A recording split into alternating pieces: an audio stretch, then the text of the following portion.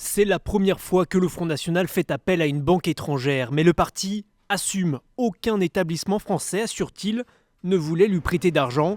Les banques sont devenues frileuses depuis le rejet des comptes de campagne de Nicolas Sarkozy. On fait comme on peut et quand on ne trouve pas autre chose qu'une banque russe, eh bien on prend la banque russe parce qu'au moins elle prête et que ça permet au Front National de vivre. Mais si demain une banque française se signale et veut reprendre ce prêt, sans problème on passe à la banque française, il faut simplement qu'elle se signale. Fondée en République tchèque, désormais basée à Moscou, la banque qui soutient le Front National est modeste et peu connue, ce qui pose question d'après Mediapart sur une éventuelle ingérence de la Russie et sur l'origine des fonds. En droit, rien n'interdit à un parti politique de contracter un emprunt à l'étranger, à la condition évidemment que cet emprunt ne soit pas un moyen de contourner la loi sur le financement de la vie politique en France, qu'il n'y ait pas un don de personnes morales déguisées, un blanchiment d'argent ou par la suite un abandon de créances. Le Front National a emprunté 9 millions d'euros, l'équivalent de son budget annuel.